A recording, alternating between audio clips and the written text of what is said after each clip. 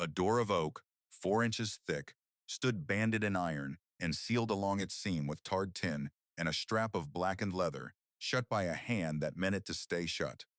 13 winters of wind had scoured the stone smokehouse behind the barn, and still no one had dared pry that seam open. A young woman in a dusty blue work shirt and heavy wool coat crossed the frozen bench toward it, a hatchet loose in her chapped hand.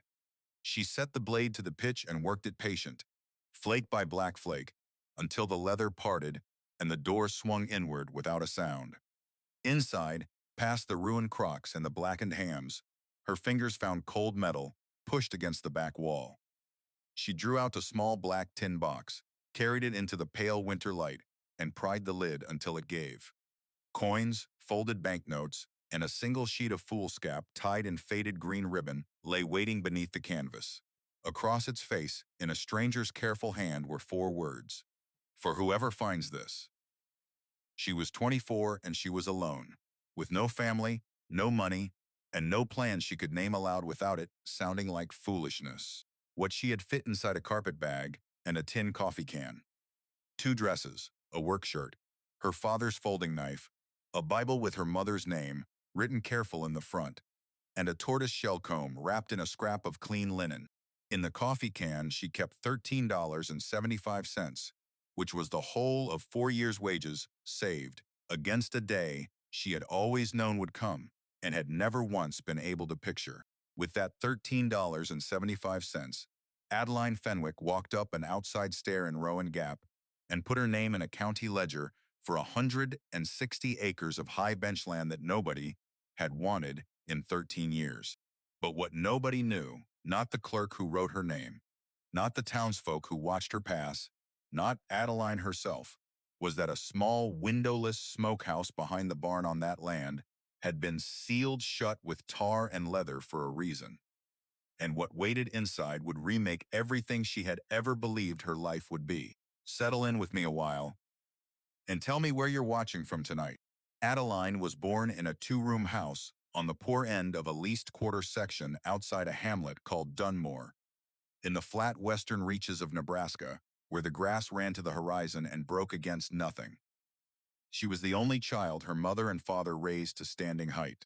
Her father, Harlan Fenwick, was a hired hand who did the work of 2 men for the wage of 1, and never spoke a complaint about it, not because he lacked the words, but because he judged complaint a poor use of breath. Her mother, Eliza, took in mending and washing, and kept a garden that fed the 3 of them through winters. Her father's pay could not have covered on its own. The only thing in that house Adeline counted as truly hers was the comb, which had come west from Ohio, in a trunk lined with old newspaper, carried by a grandmother she had never met, handed down through her mother's careful hands like a small burning coal passed from palm to palm. She learned early that work was the shape a day was supposed to take. By 8, she could pluck a hen clean and set a loaf to rise. By 10, she could ride a slow horse and walk a wagon team without spooking them. By 12, her mother had hired her out through the harvest weeks to a widow named Hester Nye, who owned 40 acres and a 2-story frame house on the far side of the county road, and who needed hands in the putting-up season more than she needed the quiet of her own company. Hester Nye was 71 years old the summer Adeline first came to her, a spare woman with iron-gray hair pinned tight and a mouth that scarcely moved when she spoke. She looked the girl over once. From her worn boots to the cowlick her mother could never train down, and told her to come inside. There was squash to put up before it spoiled. That was the whole of the welcome, and it was enough. Over the 11 years that followed, Hester Nye taught Adeline very nearly everything Adeline would ever know that was worth the knowing. How to salt pork and cure a ham in a proper smokehouse so it would keep a family fed through a hard January. How to render lard clean enough to hold 2 years without turning. How to lay a cold frame against the north wind and coax lettuce out of frozen ground. How to graft an apple whip onto sturdy rootstock and bind the wound so it would take. How to read the western sky for hail an hour before it fell. How to mend a broken plow harness by lamplight. How to sharpen a scythe on a whetstone wet with nothing finer than spit. And how to hear by the sound of the stone whether the edge had come up true. Hester did not praise the girl and saw no reason she should. She handed over the next tool and expected the work done well, and when it was done, she set 2 cups of coffee on the porch rail and a plate of soda biscuits between them, and the two of them sat and watched the light go long across the fields and said nothing at all. In those silences, Adeline felt herself weighed and found sufficient, which was a thing she had never quite felt anywhere else, and she came to understand that being valued did not always sound like words. Then the fevers came the winter. Adeline turned 19. Her father took a deep chill hauling hay through a sleet storm that iced the wagon ruts white, and the cough settled into his chest and did not lift. He was gone before the thaw. Her mother, worn thin already from a poor summer, followed him inside of 5 weeks, quiet and without fuss, the way she had done most things. Adeline buried them both in the little churchyard at Dunmore. Under wooden markers, a neighbor's boy hammered together out of scrap plank, because there was no money for stone and no shame in saying so. The lease on the quarter section was never hers to inherit. By the following spring, she was living in Hester Nye's back bedroom and working full days for board and a small wage counted out on Saturdays. And there she learned the last thing Hester had to teach, which was not a craft of the hands at all. She learned how to be alone without being lonely, and how to hold on to her own dignity in a world that had quietly decided she was no longer anyone's daughter. Hester Nye died in her sleep the winter Adeline turned 24, went out as gentle as a lamp run dry of oil, and left no fuss behind her but the fact of her absence. She had willed the 40 acres and the frame house to a nephew in Denver, a man named Gideon Nye, whom Adeline had heard spoken of perhaps twice in 11 years and had never once seen cross the threshold. He arrived on a Tuesday afternoon in a good wool overcoat that had never known field dust, and by Thursday he had the whole place inventoried in a bound book, every crock and quilt and length of harness leather numbered in his neat hand. Inside the month, he had it entered for auction. He was polite about all of it, which was somehow worse than cruelty would have been. He took Adeline's hand in both of his, told her he was very sorry for her loss, as though the loss belonged to her alone and cost him nothing, and gave her 3 weeks to find somewhere else in the world to be. Adeline packed her carpet bag on a Sunday afternoon, when the house was empty and the light through the west window lay gold across the floorboards. She had scrubbed 1,000 times. In went the 2 dresses and the work shirt and the wool stockings, the Bible and the folding knife, and the comb in its scrap of linen laid down last and gentle on top so nothing would press it. The $13.75 she counted twice into the coffee can, and the tin lid went on with a small sound she had heard every morning of 4 years. She stood a moment in the doorway of the back bedroom and did not weep, because Hester had taught her, without ever saying it plainly, that weeping in a room where no one could hear was a waste of good water, and there would be uses for that strength further down the road. She set the ring of house keys on the kitchen table beside the sugar bowl, where Gideon Nye would be sure to find them, walked out across the porch where the 2 coffee cups had used to sit, and did not look back at the house, because looking back was another kind of waste, and she could not spare it. The county road ran frozen hard from the last cold snap, and she walked the 4 miles into Dunmore, with the carpet bag switched hand to hand every quarter mile as the handle bit her palm. In town, she waited beside the feed store in the thin sun until a hauler named Cyrus Boyd loaded the last of his empty barrels and made ready to leave for Rowan Gap. Boyd had known Harlan Fenwick in the years before, had stood a harvest or 2 beside him, and when he saw whose girl waited by the wall, he took her up onto the seat beside him for the price of nothing at all. Because a man who had shared water with Harlan Fenwick could not in conscience charge Harlan's daughter for a ride. He asked her no questions past where she was bound. She gave him no answers past the name of the town, and the miles rolled under them in a companionable quiet that suited them both. Rowan Gap sat 30-odd miles east, through low hills the color of a lion's hide, and cottonwood bottoms still bare with winter. They came into it a little past noon, and Boyd set her down at the corner of Main and Second, touched his hat brim, told her to mind herself, and drove his barrels on toward the depot. She stood a moment on the frozen boards of the walk, with the bag at her feet, and got the shape of the place. A mercantile, a livery, a chapel with a plain white steeple, a boarding house, a bank no bigger than a smokehouse itself, and above the freight depot a narrow window with a hand-lettered board that named it the office of the county recorder. The stair to the recorder's office ran up the outside of the depot wall, and the room at the top of it was a single narrow space, with a coal stove ticking in the corner. A long counter worn pale down its front edge, and a whole wall of ledgers bound in brown canvas gone soft at the spines.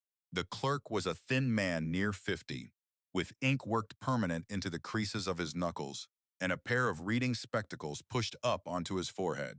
He watched her set the carpetbag down without any change in his face, a man long past being surprised by who came through his door. She told him she had heard there was land in the county, gone unclaimed long enough to be taken up under the tax forfeit statute, and asked whether that was so. He looked at her a good long second, and something behind his eyes did the arithmetic that people always did on her, the young and the poor and the alone, and came out the far side of it, deciding to answer straight.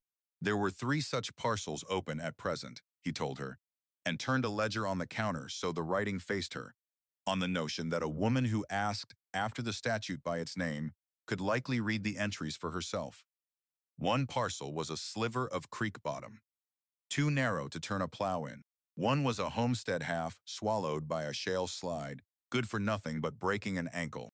And the third was 160 acres northwest of town on a bench above Rowan Creek, with a house, a barn, a corral, and outbuildings. Abandoned 13 years by the estate of a settler who had died without paying the taxes and without any heirs the county had ever been able to find. Unclaimed all that while, the clerk said, because every soul who had walked out to look it over had walked back and said no. She asked whether there was a filing fee.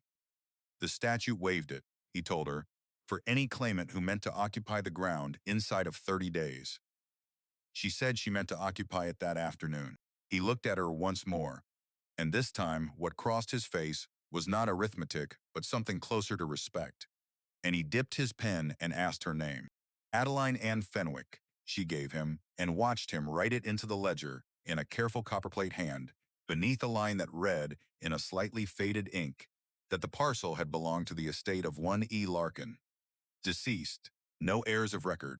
He blotted her name dry, tore a receipt from a pad, and slid it across the pale wood to her. And just like that, 160 acres of somebody else's failure became hers. She asked him, folding the receipt into the Bible, whether he had known the Larkins. The clerk pushed his spectacles down onto his nose and considered the question as though it had a weight to it. He had come to the office after the estate was already dust, he said, and knew the name, only as it sat there on the page, an old debt the county had long since given up collecting. Nobody living that he knew of had ever set foot in the house. Whatever the Larkins had been, they had gone into the ground or gone away west, and the bench had kept its own counsel ever since.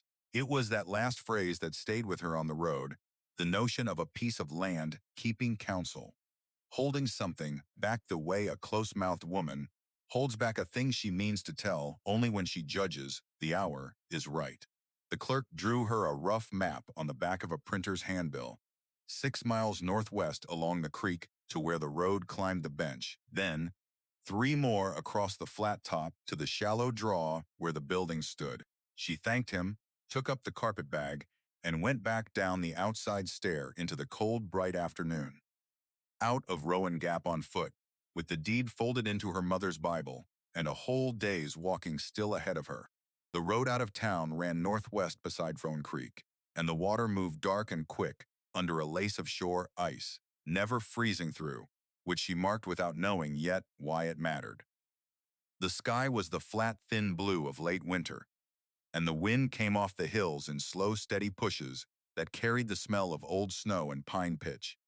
The grass on either hand was the color of wheat straw laid flat by weather.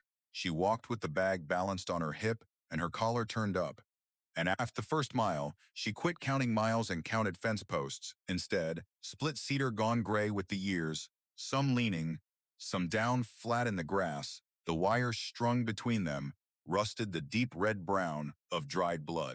A hawk worked the draw off to her left in long, patient circles. A jackrabbit broke from the sage ahead of her, ran 100 yards, stopped, and looked back. And she stopped when he stopped and stood still until he chose to move on. Because Hester Nye had taught her that most creatures give you the courtesy of leaving if you give them the courtesy of not chasing, and it seemed to her a rule that ought to hold for more than rabbits. Twice she set the bag down and shook the ache out of her arm and switched hands. Once she sat on a flat sun-warmed rock and ate a wedge of cornbread that Hester's old cook had pressed into her palm at the last. Wrapped in a handkerchief, the woman's eyes wet, though her voice stayed dry. She drank from a small tin flask, capped it, stood, and went on. The road climbed slow and steady, and when she topped the lip of the bench, the wind rose up to meet her full in the face, and she pulled her scarf across her mouth and squinted into it. Out ahead, still the better part of a mile off across the flat brown grass, she could make out the low dark shapes of a barn and a house, and two smaller buildings clustered in the lee of a stand of pines that stood black against the paling sky. She stopped on the road and looked at them a while. She did not smile, and she did not sigh. She only shifted the bag to her fresher hand and started walking again, because looking at a thing was not the same as arriving at it, and the sun had already begun to lean toward the western hills. The last mile took her close to an hour, for the road across the benchtop was cut with old wagon ruts that had frozen and thawed 13 winters without a grader ever touching them, and she picked her way along the grassed shoulder where the footing held. She came up on the building slow, the way a person comes up on a strange dog whose temper she cannot yet read, and she stopped at the sagging gate of the corral and set the bag down in the dead grass and simply looked. The house was a low structure of log and frame, some 24 feet by 30, a story and a half, under a shingled roof gone silver green with moss. Its stovepipe canted to the north where the flashing had let go. The front porch ran the width of it, and one of its two posts had rotted through at the base and been propped, by some earlier hand, with a length of split fence rail wedged against a flat stone. 4 windows faced her, 2 above and 2 below, 3 still holding their glass, while the 4th was boarded with a piece of packing crate, stenciled with a merchant's name too weathered to read. The door was solid pine on iron strap hinges, closed on a wooden latch, and it had not been forced, which told her that whatever had driven people away from this place, it had not been thieves. The barn stood 40 yards behind the house, larger than she had looked for, gambrel-roofed, its board and batten siding weathered to one uniform gray, one of its 2 great doors off the track, and canted inward against the beam. The corral was cedar posts and 3 strands of wire, half of it lying in the grass. Of the 2 smaller buildings, one was a chicken house with a caved roof, and the other, standing closer to the barn, was a squat structure of fitted stone and mortar, with a heavy plank door and not a single window in any of its 4 walls. She walked to the house first, and the latch lifted under her thumb, and the door swung inward on the cold, dry dark. The air inside smelled of dust and mice and old wood smoke, a smell with no rot under it, which she took for a good sign. The front room stood empty, but for a cast-iron cook stove with all 4 lids in place and a plank table shoved against the wall. The floorboards were wide pine, dark with old wax and grime but sound and quiet under her boots. No give or groan in them. A ladder stair climbed to a loft. A door at the back opened on a small bedroom, with a rope bedstead stripped to its frame, and a horsehair mattress rolled tight at its foot. She set the carpet bag on the plank table, laid the Bible and the deed beside it, and went back out to walk the rest of it while the light held. She walked the barn and found the stalls sound and the loft half full of hay so old it had gone to gray fluff that stirred at her breath. She walked the downed corral and the ruined chicken house, and she came last to the small stone building behind the barn, and stopped in front of it with her cold hands, pushed into her coat pockets, and studied the door. It was oak, 4 inches thick if it was one, banded across with strap iron. Along the seam where the door met the jamb Somebody had nailed a narrow strip of tin and then tarred over the whole of it, and across that tar, driven a second row of nails through a leather strap, and sealed the strap a second time with pitch, gone black and hard as coal. This was not the work of a person shutting a door against weather. This was the work of a person shutting a door and meaning it to stay shut, long past their own living to see it opened. She stood in the rising wind and looked at it for a long time, and the smokehouse looked back at her, keeping its own counsel. The way the clerk had said, the whole bench had kept it. Then she turned and went back to the house to build a fire and boil water, because the dark was coming down fast and cold, and a door sealed 13 years would keep one more night. She slept that first night in her coat on the horsehair mattress, the carpet bag under her head for a pillow, and the folding knife lying open on the floorboards within reach of her hand, not from any particular fear, but from the plain habit of a woman who had learned to sleep light. She woke before the light, split kindling from the rungs of a broken chair, and coaxed a fire alive in the old cook stove. And when it caught and drew clean up the mended pipe, she felt a small, fierce satisfaction out of all proportion to the deed. She boiled creek water in the tin coffee can and drank it plain and hot, and watched the window go from black to gray to the pale gold of a clear cold sunrise coming up over ground that was, however she turned the thought, entirely her own. At sunup, she took down a hatchet she had found hanging on a peg by the back door and carried it out to the smokehouse. She worked the tar seam with the flat of the blade, patient, prying and tapping, and the old pitch came away in black flakes that she brushed into her palm and dropped in the grass. The leather strap she cut through with the folding knife, and it parted stiff and dry as a strip of jerky. The tin strip she pried loose one nail at a time, and each nail she set carefully into her coat pocket, because nails were nails, and she owned none of her own yet, and Hester Nye had raised no fool who threw away good iron for the trouble of bending down. When the seam was clean, she drew the wooden peg from the latch and lifted, and the door swung open on hinges that some careful hand had greased before they were sealed, so that after 13 years they still moved without the least complaint of sound. Inside was dim and dry, and it smelled of cedar and cold ash and something faintly sweet beneath that she could not name at first. Two hams hung from the center beam, gone black as coal and hard as fired brick, no good to any living creature and years past being so. Along the walls stood shelves of stoneware crocks, their lids sealed down under a skin of poured wax. She counted 11 of them in the gray light. The nearest, when she worked its wax seal loose, held lard gone yellow and rancid, turned long ago, and she set the lid back without regret. The next held salt pork drowned in brine gone brown and cloudy, spoiled past saving. The next held dried apples that had shriveled to hard black knots. She worked along the shelves in the growing light from the open door, and one crock in three had given up its contents to the years. And she began to understand that whatever this room had been meant to keep, the keeping had mostly failed. That time was a thief no amount of tar could bar out forever. Then, near the end of the bottom shelf, tucked behind a crock crusted with old drippings, her fingers found a lid that had held. She drew the crock out into the light, worked the wax, and lifted, and the sweet smell she had caught at the door rose up thick and golden and unmistakable.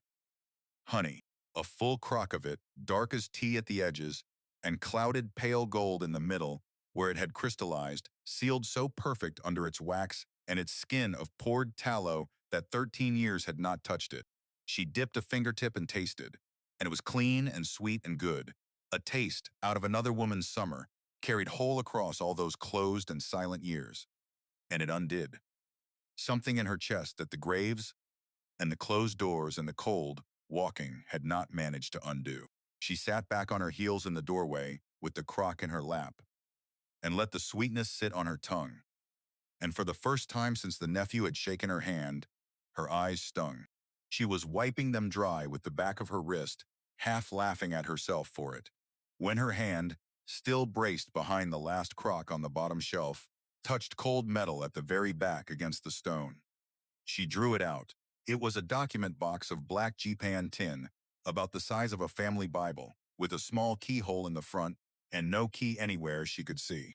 She carried it out into the full daylight of the yard and set it on the chopping block by the woodpile, and she worked the point of the folding knife into the seam of the lid, patient as she had been with the door, until the catch gave with a small, dry snap. Inside, wrapped over in a square of oiled canvas gone stiff, were three cloth pouches heavy in the hand with the unmistakable weight of coin. Beneath the pouches lay a leather wallet of banknotes folded flat, and beneath the wallet, at the very bottom against the tin, lay a single folded sheet of foolscap, tied round with a green ribbon faded near to gray, marked across its face in a careful upright hand with four words. For whoever finds this. She sat down slow on the chopping block with the sheet of paper in her lap, and the wind moved in the pines behind the house. And somewhere out on the bench the hawk called once, thin and far. She untied the ribbon, which had gone brittle and left a faint green stain on her fingers, and she unfolded the foolscap along creases worn soft as cloth. And she read the words a stranger had left for her, 13 years before she ever climbed the bench to find them. She read that the writer's name was Susanna Larkin, born in the year 1802 in Belmont County, Ohio, and come out to this bench in her middle years with her husband, Elias, who had been a farrier by trade, a shoer of horses, and a mender of iron, with hands that could gentle a spooked mare and true a wheel in the same afternoon. She read that the two of them had raised the house and the barn and the smokehouse with their own hands across 4 hard years, and that they had a son, Caleb, born on the bench in the second of those years. She read, and here her breath caught and held, that when the boy was small, he had come off a horse in the low pasture below the house and struck his head, and that for 2 days and a night they had sat with him, not knowing which way it would turn. But the boy had mended. He had woken clear-eyed on the third morning, asking after the horse, as though nothing at all had happened to him, had grown up straight and sound and strong on the bench, and had gone west, a young man to make his own way in the world, with his mother's blessing on him and a good horse under him, and the whole open country ahead. The last she had heard, Susanna wrote, he was somewhere in the Wyoming Territory, well and working, though the letters had grown few and then stopped, the way letters do across such distances, not from any falling out, but only from the sheer weight of the miles. She read that Elias had taken a fever one summer and had not risen from it, and that Susanna had buried him herself under the tallest pine at the north end of the stand behind the house, and had marked the place in her own memory, since there was no one by, to help her cut a stone. And she read that Susanna had stayed on after him, alone, and had run the bench a dozen years and more by the strength of her own two hands, and had done, in her own plain accounting, well enough. She was writing this, the letter said, because she was near 70 years old, and her heart was not sound, and she did not expect to see another spring come up green over the bench. There was no one left to leave the place to. Caleb was gone west and silent, and might be anywhere under heaven, and a woman could not will a farm to a name she could no longer reach. What she had put by across all those years came to $482 in coin and note, and she was sealing it into the smokehouse with the last of the meat and the lard, because she trusted the smokehouse better than she had ever trusted a bank, and because whoever came to this place next would have more need of it than any bank ever would. I hope you are young, the letter said, and I hope you are not afraid of work, for this ground gives nothing to a person who is. The apple grafts in the north corner will still bear if you have the sense to prune them. The well is good and sweet and will not fail you. The creek does not go dry, not in the worst August I have seen, and there are men in this county who would trade their souls for water that does not go dry. So guard it and know what you have. I hope someone taught you how to salt a ham. I hope someone taught you kindly. God keep you, whoever you are, and grant you better years on this bench than I was given, though I will say the years I was given here were not the worst a woman ever had. Adeline folded the letter closed, along its soft old creases, and sat a long time with it, flat under her hand on her knee, and the phrase that would not leave her was the one about the water. Guard it and know what you have. Spoken so plainly in the midst of all the rest, a warning set down like a stone in a stream by a woman who had known something Adeline did not yet. She looked up and out across the bench at the dark, quick line of the creek down in its draw, water that did not go dry in the worst August of a long life.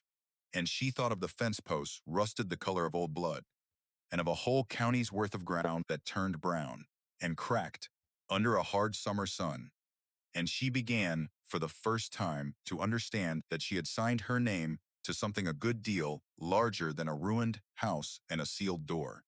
She carried the japanned box inside and set it under the plank table, folded the letter back around the coin pouches where she had found it, and went out again into the yard, because a letter would keep and the daylight would not.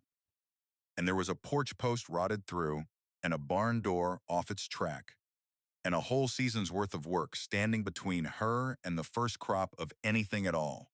She began that afternoon with the porch post, cutting the rotted one out with the hatchet and the knife, digging a fresh footing a foot and a half down into the frozen crust, and setting into it a straight young cedar she felled along the creek and trimmed square. She wedged it plumb with a level she made of a string and a stone, tamped the hole tight with creek gravel, and pinned a header across the top with the square-cut nails she had saved out of the smokehouse strip, and straightened one by one on a flat rock. And when it stood true and took the weight of the porch roof off its neighbor, she stepped back and looked at it and felt again that fierce small satisfaction, the particular joy of a thing set right that had been wrong a long time. Word travels across an empty country the way weather does, unhurried but sure. And by the end of that first week, it had reached the neighboring benches that someone had taken up the old Larkin place, and that the someone was a young woman, alone, and that she was not selling out or moving on, but had been seen mending corral wire with a fencing pliers, as though she meant to stay. The first to ride out and see for himself was an old cattleman named Ambrose Kell, 70 years old, weathered to rawhide, who came up the road on a good bay horse one gray afternoon, and found her exactly as the rumor had promised, working the down south line of the corral with a spool of wire and a pair of pliers and no particular expression of welcome.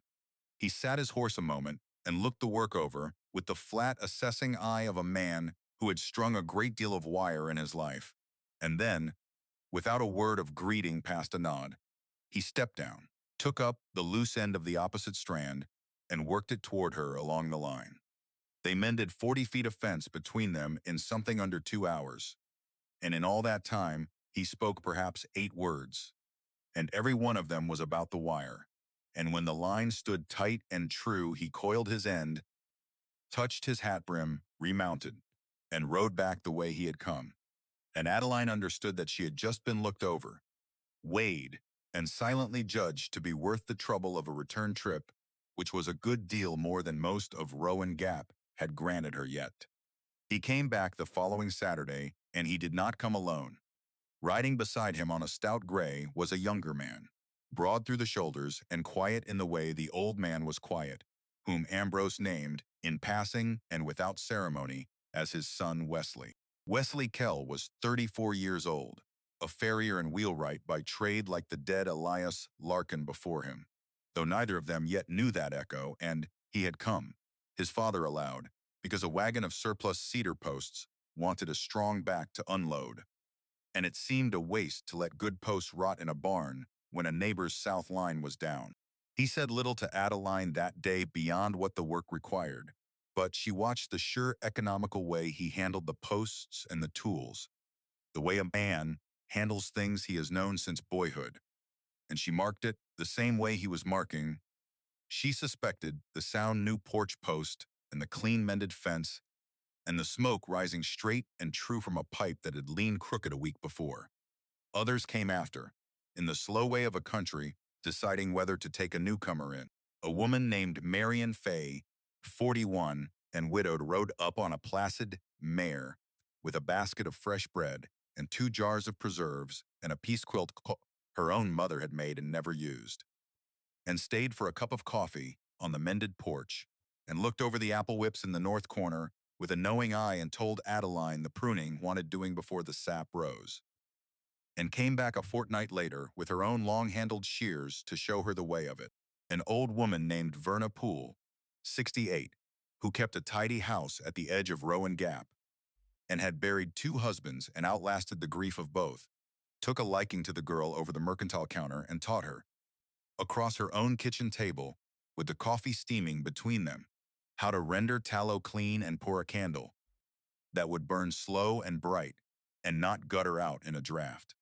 The proprietor of the mercantile, a broad, calm widow named Cora Wexler, who ran the store with her grown son Tobias, took to setting aside the Wednesday newspaper for Adeline because the freight brought it in on Tuesdays, and Adeline came to town on Wednesdays and threw a paper of needles into her order 1 week at no charge. The small, unremarked kindness of one hard-working woman to another.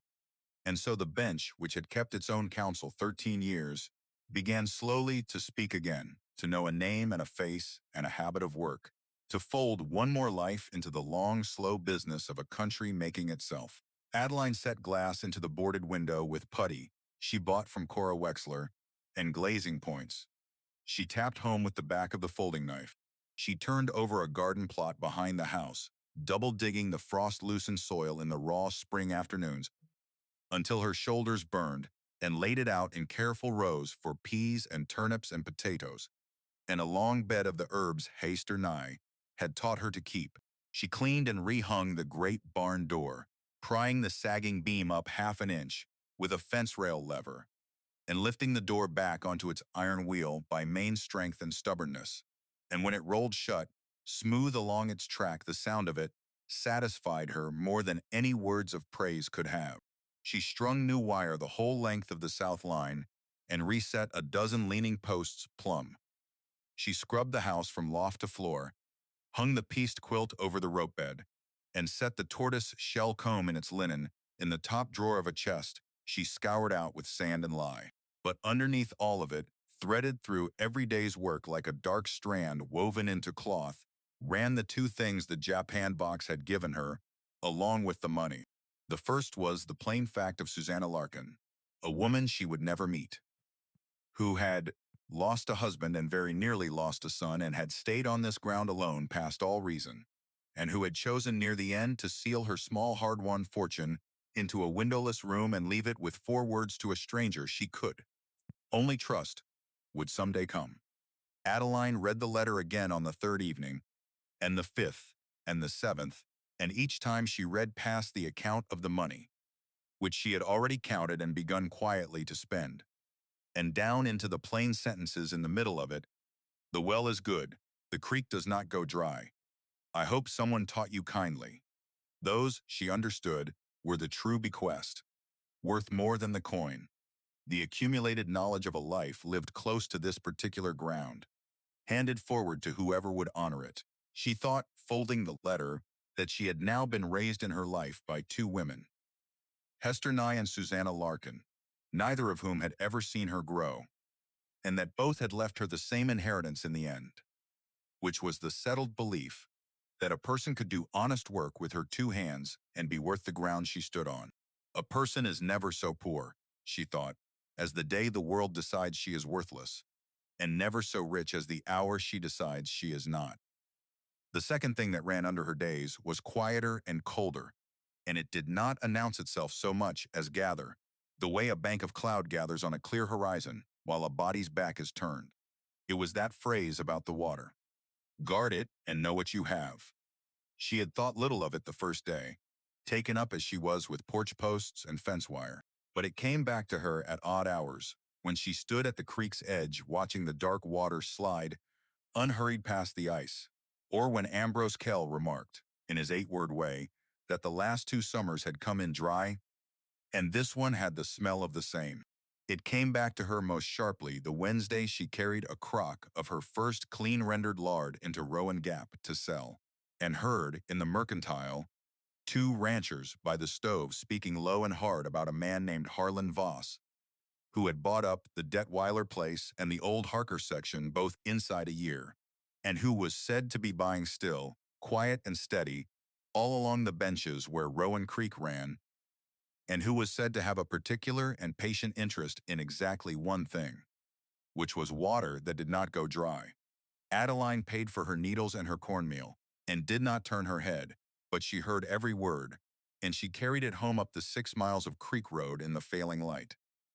She thought of the deed folded in her mother's Bible, with its faded line about the estate of E. Larkin, deceased, no heirs of record. She thought of a full creek in a dry country, and of a woman 13 years dead who had known enough to seal a warning into a tin box along with her savings. And she thought, standing that evening on her mended porch, with a cup of coffee going cold in her hand, and the first stars coming out cold and clear over the black line of the pines, that she had walked into Rowan Gap with $13.75 and signed her name for a ruined house and a sealed door, and had come away, without ever quite knowing it in the moment, the owner of the one thing in all that thirsty country that a hard and patient man had set his whole will to possessing. The bench had kept its counsel a long time, and it had chosen, at last, to tell its secret to her. What she did not yet know, standing there with the cold cup in her hand and the wind moving low in the pines, was how much a man like Harlan Voss would be willing to do, to make certain the bench never got the chance to tell it to anyone else. The dry summer that Ambrose Kell had smelled coming came on early and came on hard. By the middle of May, the creek had dropped a hand's width below, where it ran in a wet year, though it still moved clear and steady down its draw, while the shallower waters all across the county thinned to strings of standing pools. Adeline marked the drop with a flat stone set upright at the water's edge. A private gauge she checked each morning, and she watched the other benches go from green to a tired olive, to the pale gold of ground, giving up its moisture to a sky that gave nothing back. Her own grass held, fed by the seep of the creek and the good deep well Susanna Larkin had promised her, and she understood, standing among her own green while her neighbors browned, that she now possessed the plainest kind of wealth a dry country knows, the kind a man can see from the road. She was pulling the first thin carrots from her garden on a bright, hard morning in early June when a rider she did not know came up the bench road at an easy walk. He rode a tall blood bay horse, worth more than everything Adeline owned laid end to end, and he sat it the way a man sits who has never in his life been made to walk. His coat good gray broadcloth cut in town, unmarked by any labor. He drew rein at her gate and looked over her garden, and her mended fence and her straight-standing porch post with a slow appraising sweep, the way a buyer looks over a heifer at auction, and when his eyes came back to her, they carried a warmth that had been put on that morning like the coat. You'd be the young woman who took up the Larkin bench. His voice was smooth as poured cream, pitched to be liked. Harlan Voss. I hold a good deal of the ground east of here, and I make it my business to know my neighbors. She straightened with the carrots in her fist and the garden dirt drying on her knuckles, and she did not open the gate. Adeline Fenwick. She gave him nothing past the name, the way she had given the clerk nothing, and watched to see how he took the smallness of it. He took it well, or made a show of taking it well, and swung down from the bay without being asked, looping the rein over the top rail, as though her gait were already half his. He praised the water first, which told her exactly where he had come to fish. A creek that held through a summer like the one bearing down on them, he allowed, was a rare and valuable thing. And it seemed to him a hard shame that so much of it should run through the hands of a young woman alone, who could not possibly work a place this size to its worth, and who might do far better for herself by selling into cash money and going somewhere the living came easier. He named a figure. It was more money than Adeline had ever heard, spoken aloud in one breath, more than 4 times what Susanna Larkin had saved across a lifetime, and he named it the way a man drops a heavy thing on a table to watch it land. The place isn't for sale. She said it plainly, without heat, the carrots still in her fist. I only just made it mine. Something moved behind the warmth in his face, quick and cold, a shadow crossing behind the eyes. He recovered the smile, but it had thinned. A young person, he observed, did not always understand the difference between owning a thing and being able to keep it. And this was rough country, and a great many things could happen to a place worked by one pair of hands, and it would grieve him to see a promising young woman set herself against the natural order of how a country like this arranged itself.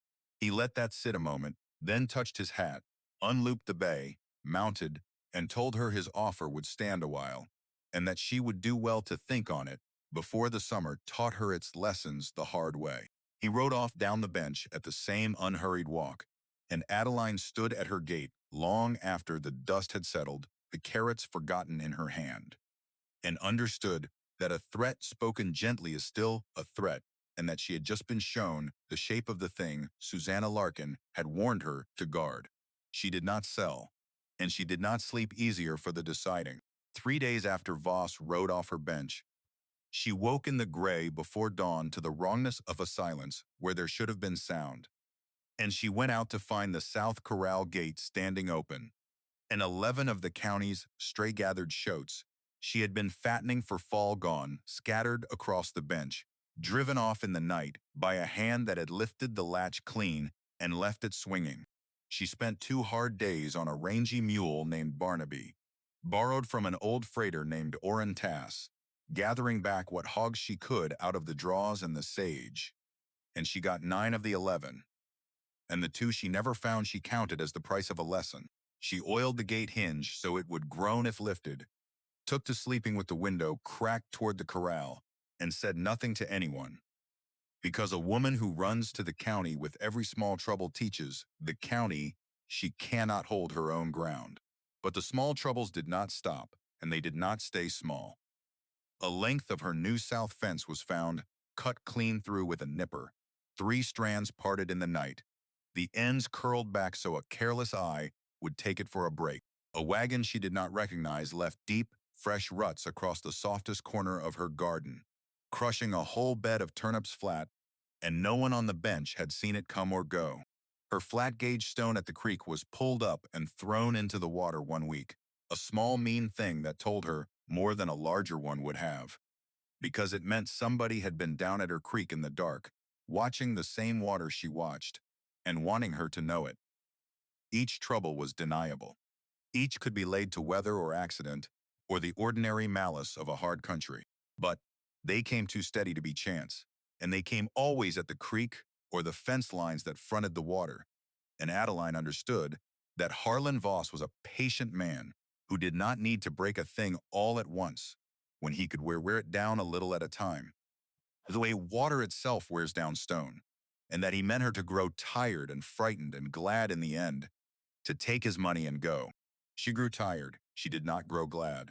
Somewhere in the grinding middle of that dry June, standing over her flattened turnips with the sun already hard at 8 in the morning, she felt the fear in her curdle into something more useful, and she said, aloud to the empty bench, in a voice that surprised her with its steadiness, that a man who wanted her water would have to carry her off at feet first, because she had walked too far and buried too many to be moved off the one piece of ground that had ever been her own. There was no one by to hear her say it. It did not matter. Some vows a person makes only to the wind and the ground and her own hearing, and keeps hardest of all. The Kells came more often as the trouble mounted, though Adeline told them little of it. Ambrose the cut fence for what it was the first time he saw the curled ends, and said, only that nippers left a cleaner cut than weather ever did, and that a man who cut wire in the dark was a man who would not stand behind his own work in the light, and let the matter rest there with the particular contempt of an old man for a coward. Wesley said less than his father, but he began to find reasons to be on the bench, a wheel that wanted looking at, a plow point that wanted drawing out, and hardening at his forge, a load of seasoned oak he happened to be hauling past. He rehung the smokehouse door for her on iron hinges. He forged himself, replacing the greased old ones that had swung shut on Susanna Larkin's secret. And when he set the new strap iron against the oak and drove the pins home, the door hung so true it closed on a whisper, and he stood back and looked at it with a craftsman's plain pleasure. Elias Larkin built this door, he said, running a thumb along the old adze marks in the wood. Whoever he was, he knew iron. I'd have liked to shoe a horse alongside him. Adeline had not told him the dead farrier's name. She had never spoken it to a living soul. She stood in the smokehouse doorway with the June light behind her and felt the small cold shock of it, and she asked him, carefully, how he had come to know the man was named Elias. Wesley looked up from the door, and something in her stillness caught him, and he answered slow. There was an old anvil in the loft of his father's barn. He said a good Peter Wright anvil that had come with the place when Ambrose bought it 40 years back, and struck into the base of it, the way a smith marks his own tools, were the letters E. L. His father had always said it came off the old Larkin outfit, sold at some estate sale before either of them was on this bench, and that the man who had owned it was a farrier the county had rated the finest between the forks, dead before his time of a summer fever. It was only a name off the bottom of an anvil, Wesley said. He had not thought of it in years, until he set his hand to the door of a smokehouse built by the same pair of hands, and the marks had matched something in his memory the way a key matches a lock. Adeline went inside and took the Japan box from under the plank table and did a thing she had not done for anyone, which was to untie the green ribbon and let another living person read Susanna Larkin's letter. Wesley read it standing at the plank table with his hat in his hand, slow, his lips moving faint over the harder words the way a man reads who was taught his letters late and never wholly at ease with them. And when he came to the part about the boy who came off the horse and woke on the third day, asking after the animal, a breath went out of him. And when he came to the part about the water that did not go dry, and the men who would trade their souls for it, he set the letter down on the table and looked at her a long moment, with an expression she had not seen on him before. He knows, Wesley said. It was not a question. Voss knows what this creek is better than you did when you signed for it. A man like that reads a county the way I read iron. He knew what this bench was worth before you ever climbed it. He looked down at the letter again, at the faded upright hand of a woman 13 years dead. She knew too. She's warning you across all that time, and she's right too. Water like this in a dry year is the only thing out here worth going to war over. The words sat in the small house like a struck bell, and neither of them reached to soften it. Adeline folded the letter and tied the ribbon and put it away. And she asked the thing she had been circling for a week. Can he take it? Legally. The deed's recorded in my name at the county. Tax forfeit, clean. Can a man like that take a thing that's been signed and recorded? Wesley was quiet a while, turning his hat in his hands. He was no lawyer, he allowed, and he would not tell her a comfort he did not believe. But he had seen men like Voss work before. Up in the territory where he had shod horses for an outfit in his younger years, and the way they took a thing was seldom by breaking down the front door. It was by finding the one loose board in the floor and prying at it patient until the whole floor gave. And there was a loose board in her floor, he said, and they both knew where it lay, because she had just read it to him aloud. No heirs of record. The county had never found a Larkin to inherit and had let the place go for taxes on the strength of that emptiness. But the letter in her tin box said plainly that there had been an heir. There was a son. Caleb Larkin had gone west into the Wyoming Territory a young man and had never been heard to have died. And a living heir, however lost, was a crack a patient man could drive a wedge into. If Voss could produce a Larkin, or the color of one, and argue that the bench had never rightly been the county's to forfeit because an heir had lived, then her clean recorded deed might not be so clean as the ink made it look. Adeline felt the ground she had begun to trust shift a half-inch under her, the way the porch had shifted before she set the new post. Then the letter's the worst thing in this house, she said slowly. It's the one paper that proves there was an heir at all. Without it, Voss has a rumor. With it, he has a fact, in a dead woman's own hand. With it, Wesley answered, and here he looked at her steady. He has proof there was a son, but you have proof of something better. He set his broad finger on the closed lid of the box. You have proof the mother wanted this place to go to whoever came and worked it. Proof she couldn't reach her son and chose a stranger on purpose. A judge who reads that letter reads a woman's whole heart in it. Don't you ever let him make you ashamed of the one paper that tells the truth. She kept the letter, and she wrapped it now in oiled canvas and set it inside the family Bible. And she began to sleep with the Bible under the horsehair mattress, where the folding knife had used to lie. The dry deepened into July, and the county grew mean with thirst. Two ranchers who had watered stock at the shared pool on the Detweiler section, which Voss now held, found themselves cut off behind a new fence and a hired man with a rifle across his saddle bow, who told them, pleasant as you please, that the water was Mr. Voss's water now, and that Mr. Voss would sell them stock water by the head at a rate he named, and that a man who did not care for the rate was welcome to drive his cattle 40 miles to the river. Word of it ran the benches like fire in dry grass, and Adeline heard it in Cora Wexler's mercantile on a Wednesday. And she understood that she was watching the near future of her own creek if Voss ever got his hand around it, a whole county made to pay a toll for the water God had put in the ground for all of them. The knowledge sat cold and clear in her, and it changed the shape of her fight, because a woman fighting only for her own 160 acres fights small. But a woman standing on the one free water in a county about to be made to pay knows suddenly that she is standing for more than herself, and stands the taller for it. She rode into Rowan Gap that same Wednesday and climbed the outside stair to the recorder's office and asked the thin clerk, whose name she now knew was Mr. Ashby, a question she had been shaping the whole 6-mile ride. She asked him whether water in this county went with the land, or whether it was a separate thing a man could hold, apart from the ground it ran through. Ashby pushed his spectacles up onto his forehead and looked at her with new interest. A man who spent his days entering deaths and debts into ledgers, and rarely got asked a question worth thinking about. It was a nice point of law, he told her, and one the territory was still sorting out. But the doctrine taking hold in the dry country ran this way.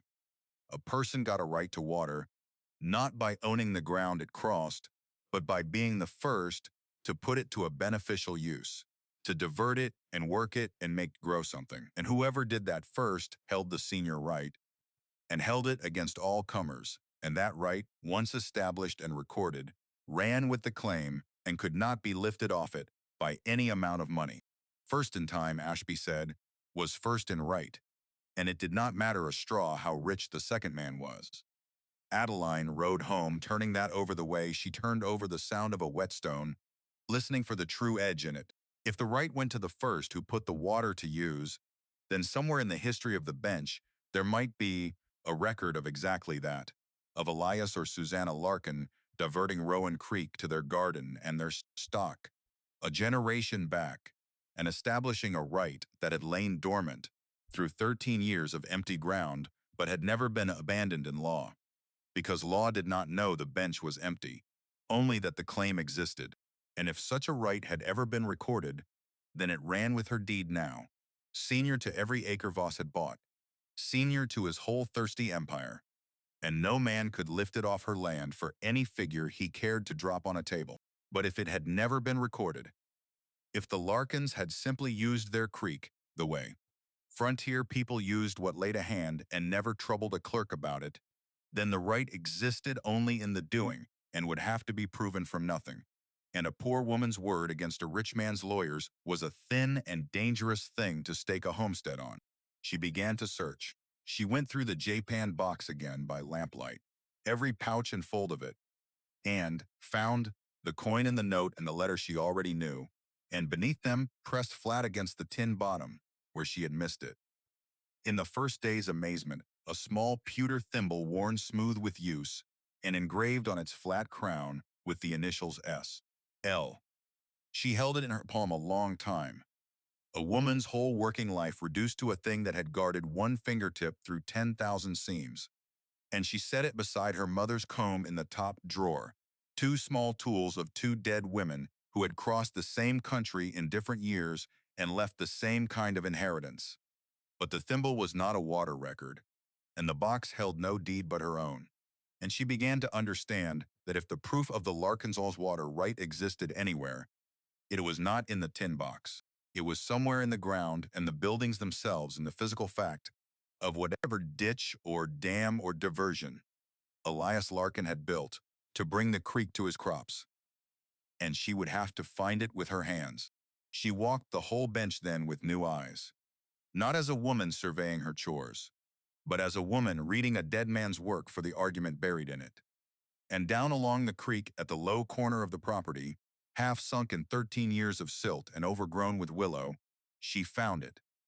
A headgate, a structure of squared timber and forged iron set into the bank of Rowan Creek, a small sluice, built to lift water out of the creek and turn it into a ditch that ran, when she traced it out under the choking grass, all the way up the gentle slope to the old garden ground, and the orchard corner, a ditch dug by hand across a quarter-mile of bench, by a man determined to make dry ground grow.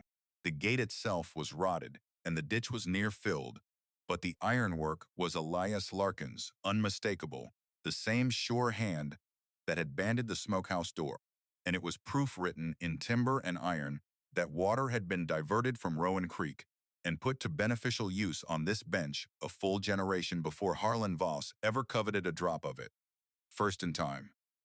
She stood over the buried headgate with her heart going hard, because she was looking at the oldest water right on the creek, and it was hers, if only she could find the paper that proved the doing had ever been set down in law. She threw herself at the ditch. She could not have said, in the days that followed, whether she cleared it to prove her right, or simply because a body under threat needs work the way a drowning man needs air. But she took a spade to a quarter-mile of silted ditch in the worst heat of July and dug it out to the hard bottom. Day after day, her hands blistering and healing, and blistering again through the gloves Wesley brought her, and she cut the willow back off the headgate and pried out the rotted timbers. And Wesley Kell, without being asked, brought his tools and his forge-hardened iron up the bench and rebuilt the headgate itself, squaring new oak into the old iron, setting a sluice that would lift and drop clean, so that, on a blazing afternoon at the end of the month, the two of them opened the gate together and watched Rowan Creek turn out of its channel and run. For the first time in 13 years, up the ditch a dead man had dug and out across the cracked garden ground, water moving where a larkin had first sent it, running before either of them was grown. It was, Adeline understood, both a thing of use and a thing of law. She was not merely watering her turnips. She was reviving with her own two hands a beneficial use of the creek that reached back to the first. And every day the water ran that ditch her. Senior Wright grew realer, harder to deny, older than every dollar Voss owned. Voss learned of it fast, as he learned of everything on the benches, and his answer was not long coming. Adeline woke one night to the mule Barnaby braying alarm and went out with the lantern and the folding knife to find the new headgate jammed and fouled, a section of the cleared ditch caved deliberately in with a mattock left carelessly behind. Voss's kind of message, deniable as ever, a thing that could be called vandalism by persons unknown. But this time the message had a flaw in it, because the mattock left in the mud bore, burned into its hickory handle, the brand of the Voss outfit, a careless man's tool used by a careless hired hand. And Adeline drew it out of the mud and cleaned it, and set it in the corner of her front room. And she did not run to the county with it, because she was learning to hold her cards the way a patient man holds his, and a branded tool left at the scene of a wrong was a card worth keeping until the hour it could win a hand. The fouled headgate cost her 3 days' work to clear again, and it cost her something harder to name, because a woman cannot be woken night after night to fight for her water and not begin to feel the grinding weight of a man who never has to lift his own hand, who sits somewhere in a good house eating off clean plates, while his hired men wear her down a mattock stroke at a time. She grew thin that July. She slept in snatches with one ear turned to the creek, but she cleared the ditch a second time and set the water running again. And she added a second flat stone at the headgate and a habit of walking her whole ditch line at first light with the mule. And she did not falter, because faltering was a luxury for people who had somewhere else to go, and she had walked away from her last somewhere else on a Sunday afternoon with a coffee can and a comb. In the second week of a scorching August, a stranger came to Rowan Gap and took a room at the boarding house, and word of him reached Adeline through Verna pool before she ever laid eyes on the man.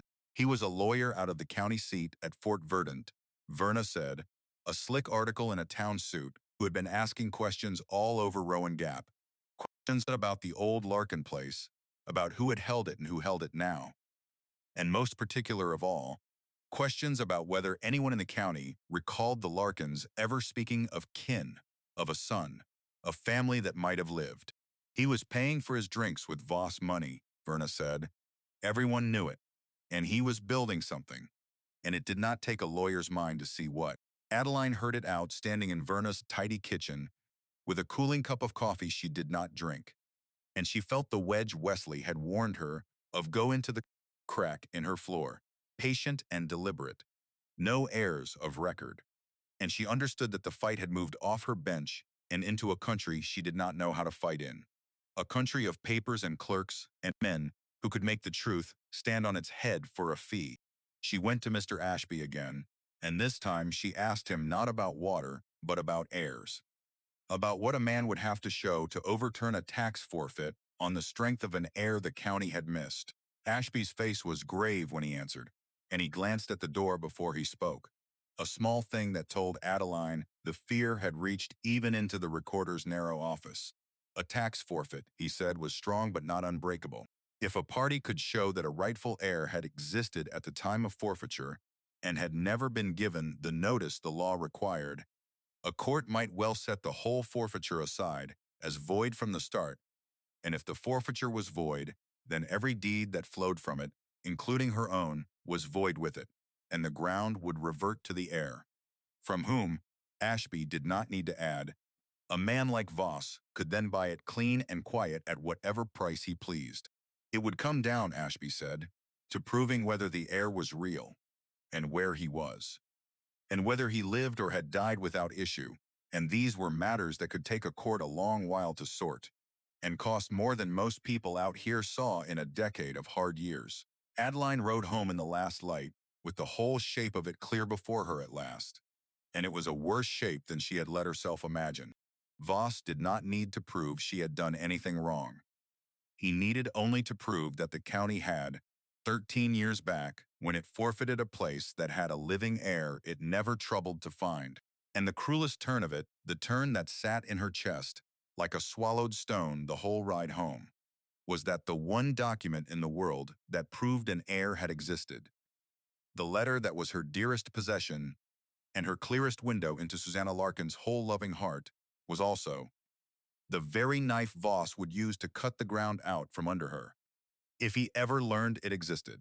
She had, folded in oiled canvas under her mattress, both the truth of who she was meant to be and the proof that could unmake her, bound together in a dead woman's hand, and she could not use the one without risking the other. She did not sleep that night. She sat at the plank table with the lamp low and the letter open before her and read it through once more, not for comfort now, but for weapons, hunting the lines for anything that might turn the blade in her own hand. And she found, reading with a fighter's eye where before she had read with a daughter's, a thing she had passed over a dozen times because it had seemed only sorrow. Caleb had gone west into the Wyoming territory, and the letters had grown few and then stopped. Susanna had written it as a mother's grief, the silence of a son swallowed by distance. But a court did not deal in grief. A court dealt facts, and the fact under the grief was this. An heir who had gone into the territory decades back and never once written home to claim a bench of dry ground his mother had left to a stranger was an heir who either did not know the place existed to be claimed, or was dead, or wanted no part of it. And if Caleb Larkin could be found, the real man and not the color of one Voss's lawyer was surely even now hunting to hire. And if the real Caleb could be brought to say in his own hand that he made no claim, that he honored his mother's wish that the bench go to whoever worked it, then Voss's whole wedge would splinter. Because a man cannot buy a claim from an heir who stands in open court and gives it freely away. The thought lifted her and frightened her in the same breath. To find Caleb Larkin, she would have to send word into the Wyoming territory after a man 3 decades gone. With nothing to go on but a name and a mother's last account, and the thin hope that he lived and could be reached, and she would have to do it before Voss's lawyer manufactured a false heir to do his bidding. And she would have to do it with the small remainder of Susanna's $482 and the little her hams and lard and candles had earned against a man who could spend more on lawyers in a month than she would earn on the bench in 10 years. It was the longest kind of long shot. But she had made a life out of walking toward things that looked like foolishness said aloud. And she took a fresh sheet of paper and dipped her pen and began, in the careful hand her mother had taught her, to write letters into the dark of the territory, to the land offices and the churches and the newspapers of the towns a wandering farrier's son might have passed through, asking after one Caleb Larkin, born on a Nebraska bench, gone west a young man, sought now by a friend of his late mother's on a matter to his benefit and no harm. She was sealing the third letter when Wesley's knock came at the door, later than any neighbor called, and she opened it to find him hatless in the dark, with his face set hard. He had been in Rowan Gap that evening, he said, and he had seen Voss's lawyer at the boarding house in low talk with a man Wesley knew, a drifter named Roofcourt, who would swear to anything for money and had done it before. Up in the territory, in matters Wesley had watched go bad, the lawyer had been showing court papers. Court had been practicing writing a name. Wesley had not been able to get near enough to read which name, but he had not needed to, and neither did Adeline, and they stood in her doorway with the lamp, throwing their long shadows out across the yard, and understood together, without saying it, that Harlan Voss had given up waiting for the wedge to find the crack on its own, and had set about manufacturing an heir to drive into it. A hired Larkin, a Caleb who never was, ready to swear himself the rightful owner and sell the bench to Voss the moment a court handed it to him. Adeline looked at the 3 sealed letters in her hand, her long shot flung into the dark of the territory, and then at Wesley's hard-set face, and she felt the whole contest narrow to a single brutal race. Whether she could find the true Caleb Larkin before Voss could finish building the false one. Then it comes down to which of us finds him first, she said, and her voice did not shake, because she had spent the fear already and had only the fight left. The real man, or the one Voss is teaching to write a dead woman's name. She set the letters on the plank table beside the branded mattock she had kept.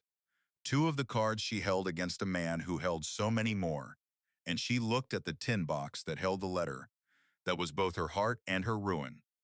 And she knew the hardest part of the whole fight was still ahead of her. Out there in the dark country of paper and oath, where a poor woman's truth would have to stand up on its own legs against a rich man's practiced lie. The letters went out on the Tuesday freight, and the waiting began. And waiting was the one labor Adeline had never learned to do well. She filled the days with the ditch in the garden and a second smoking of hams, because a body kept moving does not sit and count the hours a rider might take across 300 miles of territory. But the nights were harder, and she took to reading by lamplight the few pages of Susanna's letter she had near memorized, hunting always for some detail she had missed, some town named, some clue to steer her searching. There was none. Susanna had known only that her boy went west, and west was a country the size of a grief. Voss did not wait. Within the fortnight, his lawyer, a soft-handed man named Prentice, who wore his town suit like armor against the dust, filed a petition at the Fort Verdant land office to set aside the tax forfeiture of the Larkin bench, on the sworn grounds that a rightful heir had lived at the time of the forfeit and had never been served the notice the law required. Adeline learned of it from Mr. Ashby, who rode out to her bench himself on a borrowed horse, rather than trust the news to any other mouth, and who sat his saddle in her yard, with his ink-stained hands folded on the horn, and told her plainly that the machine had begun to turn. A hearing was set for the 3rd week of September, before a federal land commissioner riding circuit out of the district office, a man named Halloran, who would come to Fort Verdant to hear this case, and a dozen others, and rule on each in its turn. She had until then to answer the petition or lose the bench by default, and answering it meant standing up in that hearing room and proving her deed good against whatever heir Voss meant to produce. He's not even naming the heir yet. Ashby's mouth was a thin, grim line beneath his spectacles. Prentice filed it open, an heir unknown but believed living. That's deliberate. He'll name his man late, close to the hearing, so you've no time to run him down and prove him false. It's a lawyer's trick, and a dirty one, and there's not a thing in the statute that forbids it. He looked down at her from the borrowed horse, and something in the old clerk's face had shifted from caution toward a quiet anger. I've entered a great many wrongs into those ledgers, Miss Fenwick. It's a poor sort of comfort to enter them neat. I'd sooner this once see one of them stopped. Adeline thanked him, and she meant it, because she was learning that a fight like hers was not won alone, but in the slow gathering of small people who decided, one at a time, that they had watched enough. She wrote that same evening to the district office at the territory capital, asking whether any land patent or homestead record stood in the name of Caleb Larkin anywhere in the district, on the reasoning that a man gone west to make his own way might well have filed on ground of his own, and a filing would carry an address. It was a longer reach than the letters to the churches and the newspapers, a hunt through the cold machinery of the government itself. But the government kept records where memory failed, and somewhere in that machinery, if Caleb Larkin had ever put his hand to a homestead paper, his name waited to be found. The answer to that letter would take a month it did not have, and she knew it, and so she did the other thing, the harder thing, which was to build her case out of the ground itself, out of the beneficial use no lawyer could argue away. She and Wesley worked the ditch into a thing no man could call abandoned. They ran the water daily. They set the garden to producing past all need, hauling surplus turnips and late peas into Rowan Gap to give away where giving would be seen and remembered. Because a woman whose crops fed half the benches in a drought year was a woman a hearing room would be slow to call a squatter on dead ground. Wesley forged a proper iron sluice gate to replace the temporary one, a permanent work, and he did it in the open where the whole county could watch.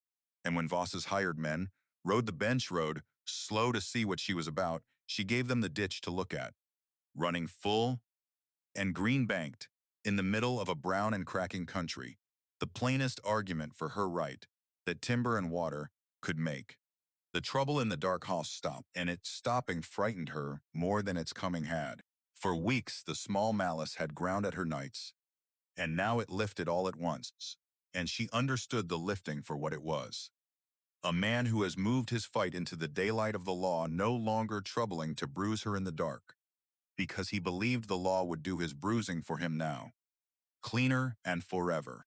He's stopped throwing stones because he thinks he's found the one that'll bury me. She told Wesley over the plank table one evening, and Wesley did not tell her she was wrong, because they both knew she was not.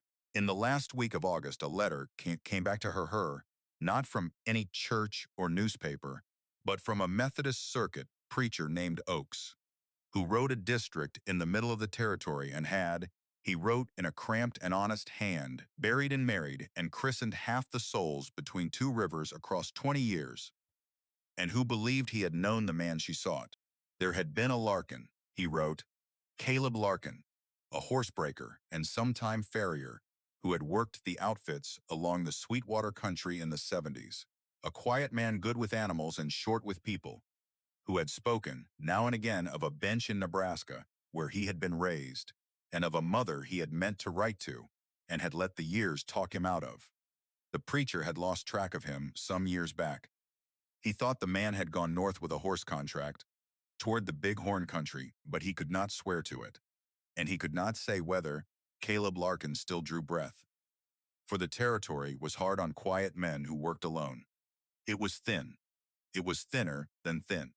But it was a direction where before there had been only the whole West, and Adeline seized on it, and she wrote at once to every land office and post office and freight company between the Sweetwater and the Big Horn.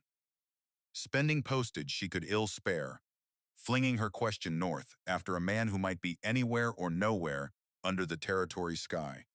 September came in hot and still, the worst of the drought. The creek dropped to a thread that would have failed altogether had her senior ditch not held its share. And Voss made his move.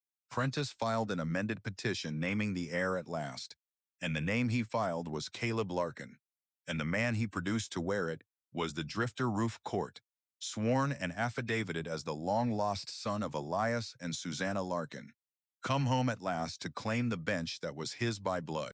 Wesley brought her the word from town, his face like a shut door, and he laid the copied petition on her table. And Adeline read Roof Court's practiced signature scrawled beneath the name of a man she had spent a month and every dollar she could spare trying to find, and she felt the full cold cleverness of it close around her like a trap sprung slow.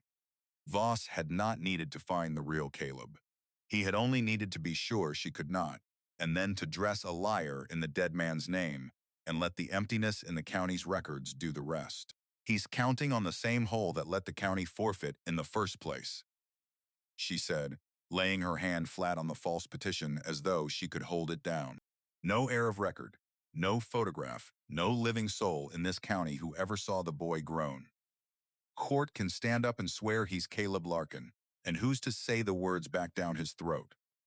The one woman who could name her own son is 13 years in the ground. Wesley's hand closed slow into a fist on the tabletop, then opened again.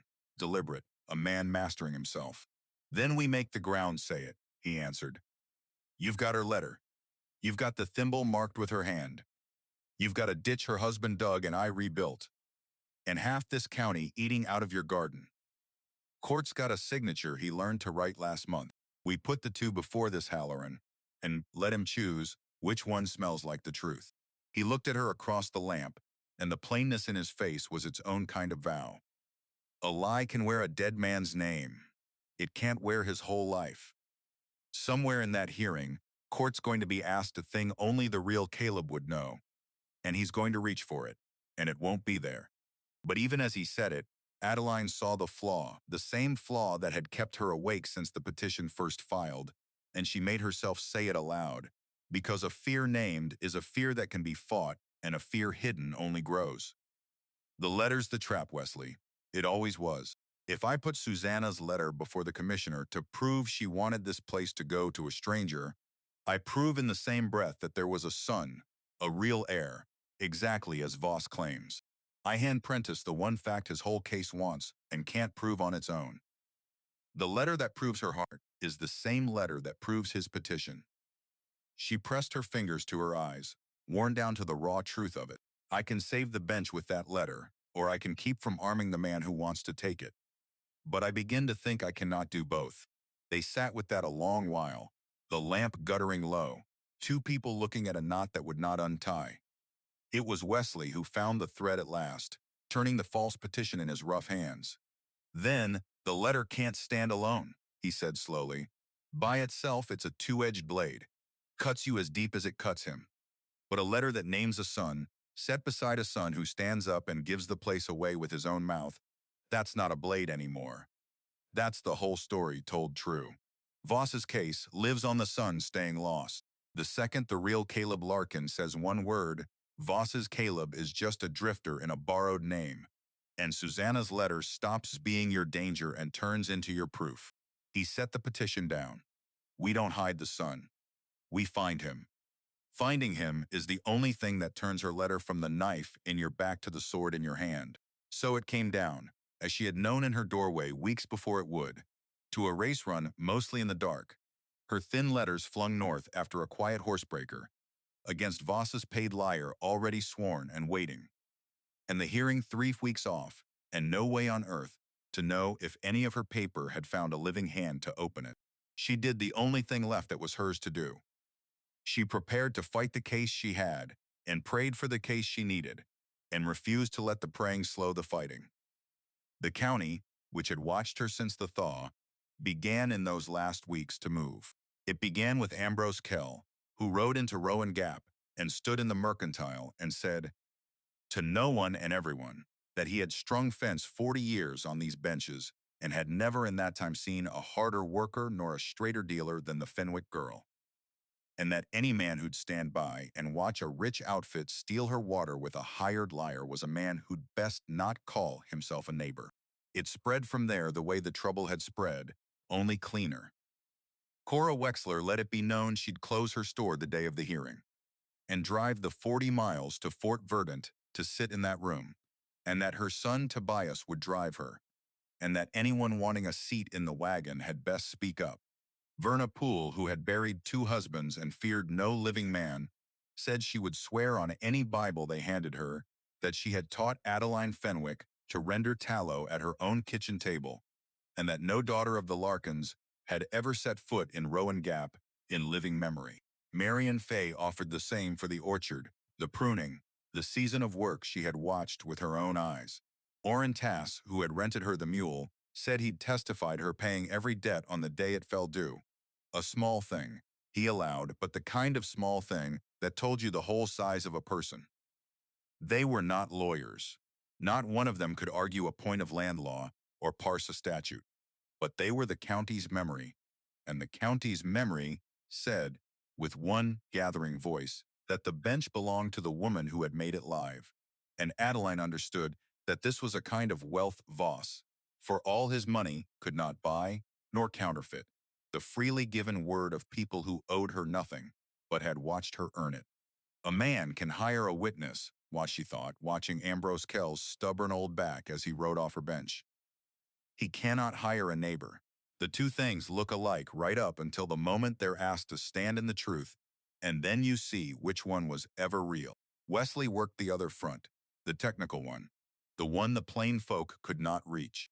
He drew up in his careful hand a record of the ditch, its dimensions, the age of the original ironwork, against the age of his repairs as a farrier and wheelwright sworn account that the headgate iron was a generation old if it was a day, and bore the working marks of the same hand that struck the smokehouse bands and the E.L. anvil in his father's barn. He meant to put the physical fact of Elias Larkin's labor before the commissioner as the true establishment of the water right, first in time, dug and forged before Voss owned an acre, revived and never abandoned. It was the strongest ground she had that did not depend on the letter, and they built it as solid as 2 pairs of hands could make it. 10 days before the hearing, a second letter came from the north, and this one changed the weather of the whole fight. It was from a stock detective named Ruddick who worked the Bighorn country for a cattlemen's association. A hard, practical man who had gotten one of her flung letters passed hand to hand until it reached him, and who wrote that he knew a Caleb Larkin, or had a year past, an aging horsebreaker gone gray and stiff in the joints, who ran a small string of his own on shares up on a creek in the Big Horn Basin and kept to himself the way such men do. The detective could not promise the man still lived on that creek, for a year was a long time in that country, but he gave her the name of the creek and the name of the nearest town with a telegraph office, and he wrote in a postscript that told Adeline more about the man than all the rest, that if she was trying to do this Larkin a good turn, he'd carry a word to him himself next time his rounds took him that way, for he'd found the old breaker honest in a country short on it.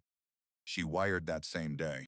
She rode Barnaby the 6 miles to the telegraph key in Rowan Gap and spent money she flinched to spend, sending into the wire a message stripped to its bones, a matter to Caleb Larkin's benefit concerning his late mother's estate, an answer begged by return wire to the recorder at Rowan Gap, the hearing named, the date named, the whole of her hope pressed into 40 words, humming north up the singing wire toward a creek she had never seen. Then she rode home and did the hardest thing the whole long fight had asked of her, which was to wait on a machine, on a wire surge strung across half a territory, on the chance that an old man on a distant creek would trouble to answer a stranger's telegram about a place he had let 30 years of silence bury. No answer came the first day, nor the second.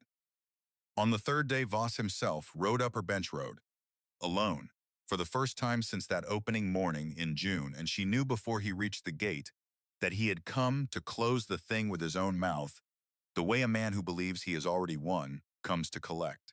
He did not dismount this time. He sat the blood bay and looked down at her ditch running full past a brown country, and something in his face when he looked at it was almost admiration, the regard one hard thing has for another. "You've built a fine argument in the dirt there," he allowed. "I'll grant you're no ordinary woman, which is why I'll say this to you plain. one hard head to another, and you'll do yourself a kindness to hear it. He leaned on the horn. The hearing's already decided. Not by Halloran, he doesn't know it yet, but by arithmetic. I've got a sworn heir, and you've got a hole in the county records where his name ought to be.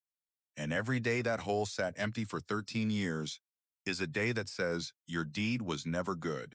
Prentice will pull it apart like wet paper. But I don't want the bench in a fight that leaves the whole county sore at me. I want it clean. He named a figure again, higher than the first, and let it hang. Sell to me before the hearing.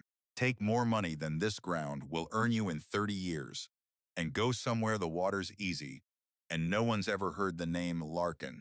Fight me, and you'll lose it anyway. And lose it with nothing in your hand, but the satisfaction of having lost it hard. Adeline stood at her gate with her hand on the oiled top rail and looked up at him a long moment, and she felt, oddly, no fear at all, only a great cold clarity, because a man does not ride out alone to buy off an opponent he is certain to beat. You're a careful man, Mr. Voss, she said. You've been careful all summer. Careful men don't ride out to make a last high offer to somebody they've already beaten. They just wait for the beating.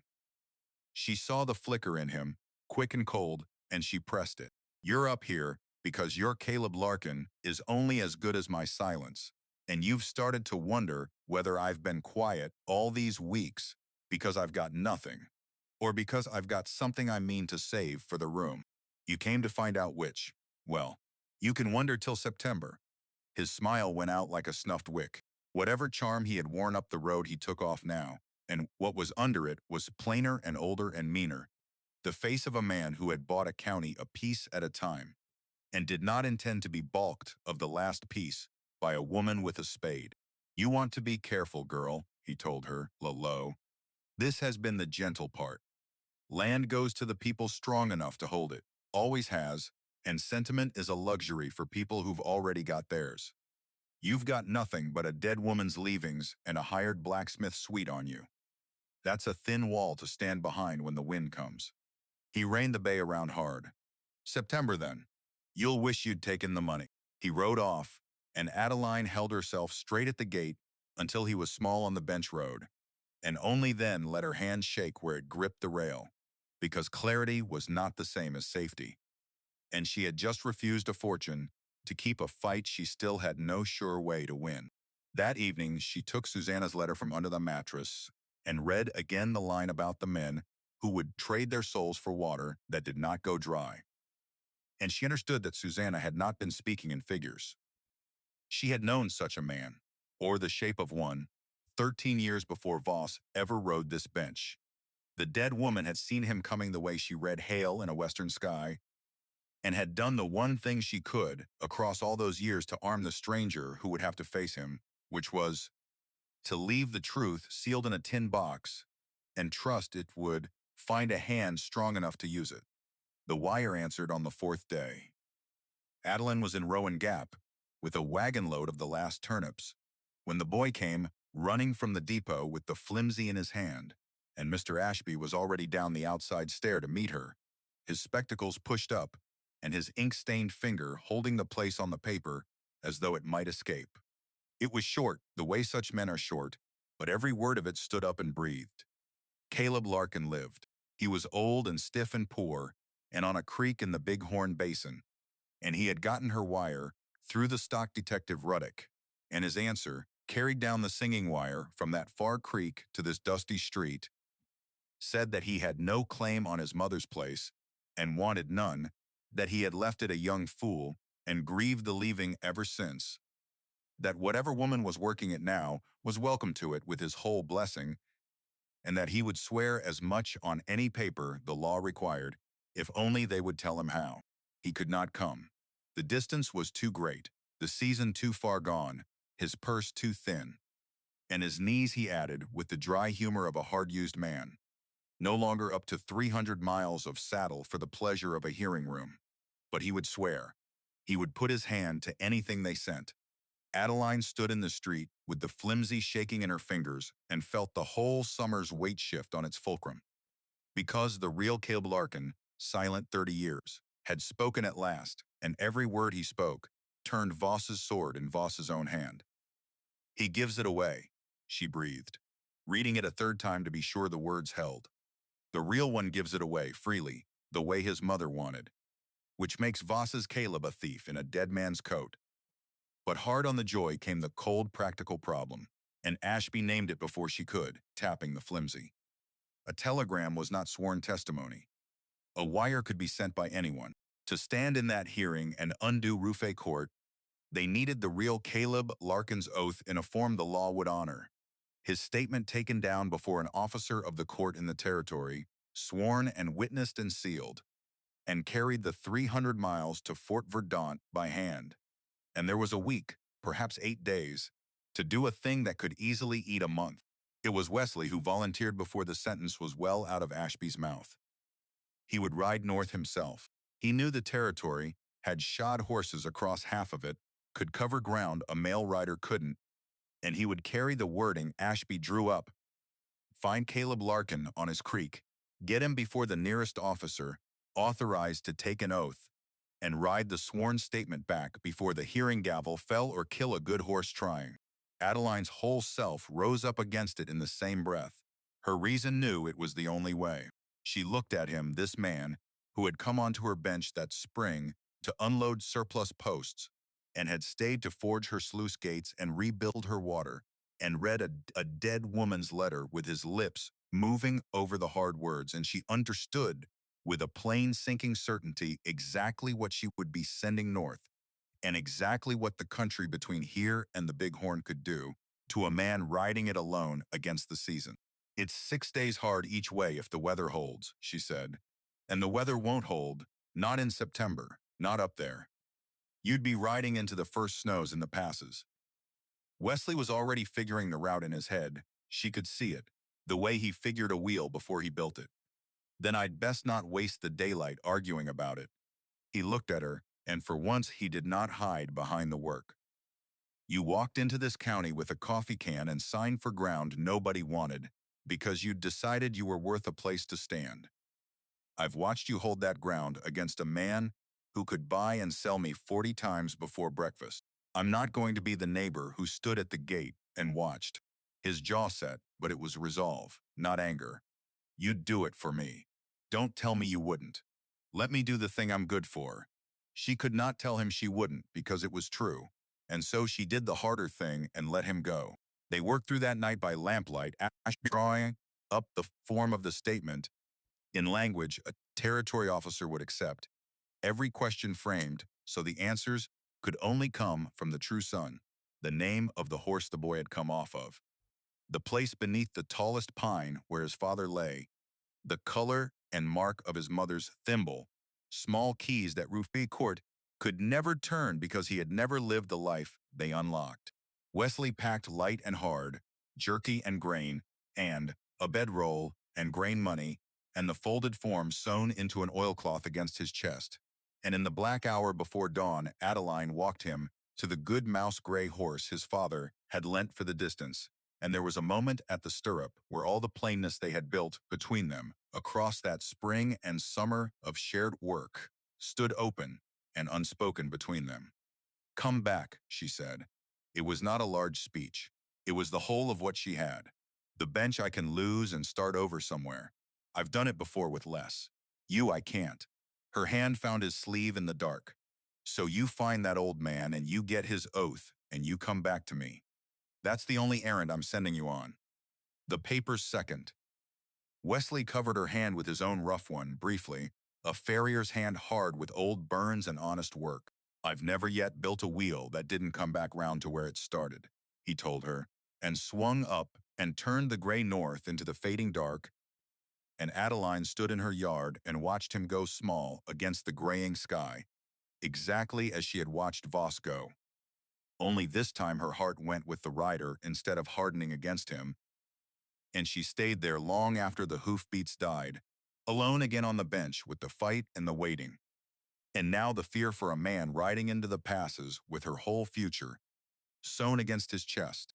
The days that followed were the longest she had known since the walk from Dunmore. She kept the water running and the case building because stopping was not in her.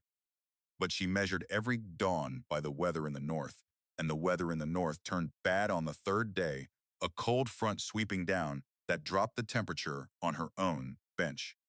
20 degrees in an afternoon, and spat a hard gray rain that meant snow in the high country he was crossing. She stood at her gate in that rain and looked north and could not help him, could only trust the things she had sent. And trust was a poor cold companion on a night like that. Ambrose Kell rode over daily now, an old man who had sent his only son into the mountains against the season and would not say aloud that he was afraid. And the two of them sat by her stove some evenings saying a little, bound by the same rider, the same road, the same silence where hoofbeats ought to be. He's the best horseman I ever raised. Ambrose said once, into the fire, the nearest he came to speaking the fear. If the country lets any man through, it'll let him.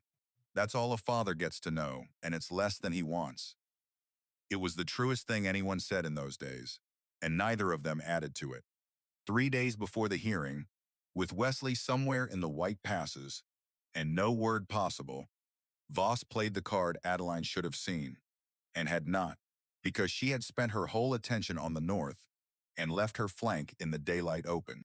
Prentice filed a motion at the land office to advance the hearing 2 days, on a pretext of the commissioner's crowded circuit calendar, and the commissioner, knowing nothing of a rider in the passes, granted it as a routine courtesy. Ashby brought her the news gray-faced, and the cruelty of it landed on her all at once. 2 days. Voss had bought 2 days off the front of the calendar, not knowing exactly what it would cost her, but knowing it would cost her something. Because a man who wants to advance a hearing wants his opponent to have less time. And less time was the one thing that could ruin her now, because 2 days might be the exact margin between Wesley reaching Fort Verdant with the sworn oath and Wesley reaching it to find the bench already lost. She sat down hard on the mercantile step when Ashby told her, and for the space of one breath the whole thing looked beaten, a woman outmaneuvered, in a country of paper she had never learned to fight in, undone not by strength, but by a lawyer's clerk, moving a date on a calendar. Then she stood back up, because sitting was not a thing she did for long, and she found in herself under the fear a hard, flat anger that burned clean. He moved the date to beat a rider he doesn't know is coming, she said to Ashby, low and even. Which means the date is the only weapon he's sure of. Which means everything else, his heir, his lawyer, his sworn drifter, he isn't sure of at all. She wiped the dust from her skirt and looked up the street toward the road that ran north. A man doesn't move the furniture in front of the door unless he's afraid of what's going to come through it. She could not reach Wesley. She could not slow the hearing back down. The motion was granted and the date was set, but she could do the one thing left, which was to be so ready with the case she had that if the rider came in time she could spend his oath like gold. And if he did not, she could still make Halloran choose between a dead woman's whole documented life and a drifter's month-old signature, and lose, if she must lose, so hard and so publicly that the county would never again mistake Harlan Voss for a neighbor. She spent those last days assembling every solid thing into an order a hearing room could follow. The letter, in its oiled canvas, its danger transformed now, she prayed, by a real sun riding to disown the false one. The thimble, SL, worn into its crown. The branded Voss mattock she had drawn from the foul ditch, kept all this time against exactly such an hour. Wesley's sworn account of the ironwork, left with her before he rode, his careful hand laying out the age of Elias Larkin's headgate against the young repairs. Ashby's own certified copy of the forfeiture record, with its damning empty line. No heirs of record, which she would turn now from her weakness into her sword. Because that emptiness was not proof there was no heir, only proof the county had never looked. And a county's failure to look was not a thing that should cost a working woman her water.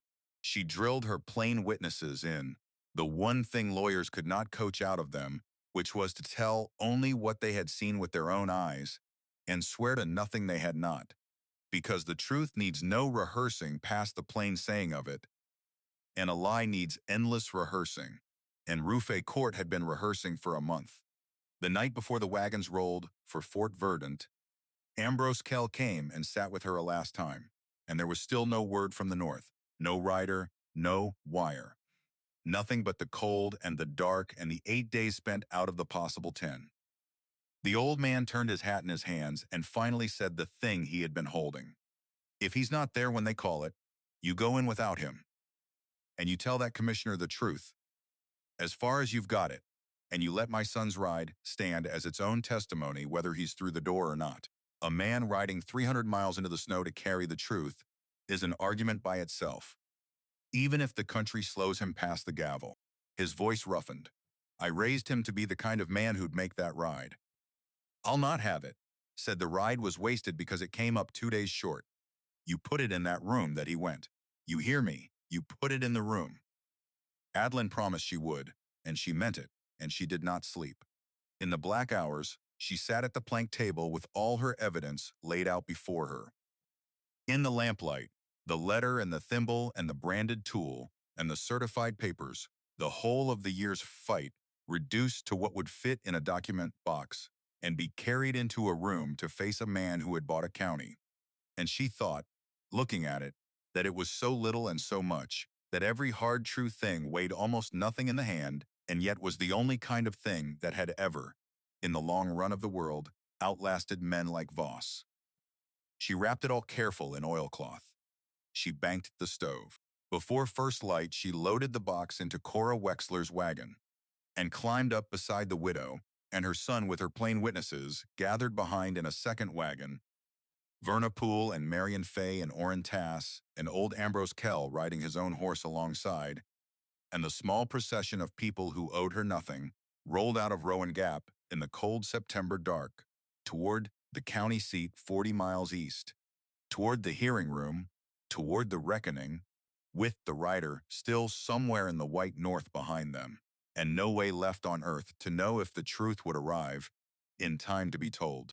Fort Verdant was a bigger town than Rowan Gap, a rail spur and a stockyard, and 3 streets of false-fronted stores, and the land office sat at the end of the main one in a squared stone building that had been built to outlast the men who worked in it.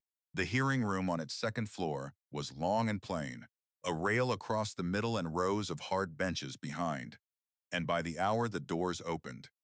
Those benches were filling with more people than Adeline had looked for, ranchers and their wives off the dry benches, the 2 men Voss had cut off from the shared pool.